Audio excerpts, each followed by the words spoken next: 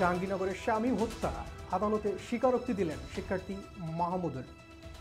জাহাঙ্গীরনগর বিশ্ববিদ্যালয়ের সাবেক ছাত্রলীগ নেতা শামীম আহমেদ ওরফে শামীম মোল্লাকে পিটিয়ে হত্যার ঘটনার দোষ স্বীকার করে আদালতে জবানবন্দি দিয়েছেন শিক্ষার্থী মাহমুদুল হাসান।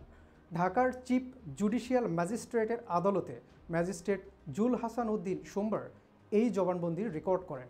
পরে তাকে আদালতে পাঠানো হয়।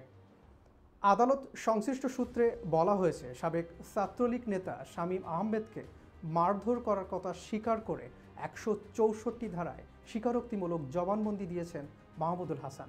তাতে কিভাবে এবং কোন প্রেক্ষাপটে শামীম আহমেদকে মারধর করা হয় তা তিনি জবানবন্দিতে উল্লেখ করেছেন। আশুলিয়া থানা পুলিশ রোববার গাজীপুরের হোতাপাড়া এলাকা থেকে তাকে গ্রেপ্তার করে। মাহমুদুল হাসান জাহাঙ্গীরনগর বিশ্ববিদ্যালয়ে ইংরেজি বিভাগের 50তম ব্যাচের শিক্ষার্থী। বিশ্ববিদ্যালয়ের শেখ রাসেল হলে থাকতেন তিনি। তার বাড়ি গাজীপুর সদর উপজেলার দক্ষিণ সালনার আড়ালিয়া গ্রামে। মারধরে নিহত শামীম আহমেদ জাহাঙ্গীরনগর বিশ্ববিদ্যালয়ের শাখা ছাত্রলীগের সাবেক সাংগঠনিক সম্পাদক। তিনি বিশ্ববিদ্যালয়ে 2009 এবং 10 শিক্ষাবর্ষে 39তম ব্যাচের ইতিহাস বিভাগের শিক্ষার্থী ছিলেন। তার বাড়ি সাভারের আশুলিয়ার কাঠগড়া এলাকায়। গত বুধবার বিকেল থেকে কয়েক দফায় মারধরে তাকে মৃত্যুবরণ করানো হয়।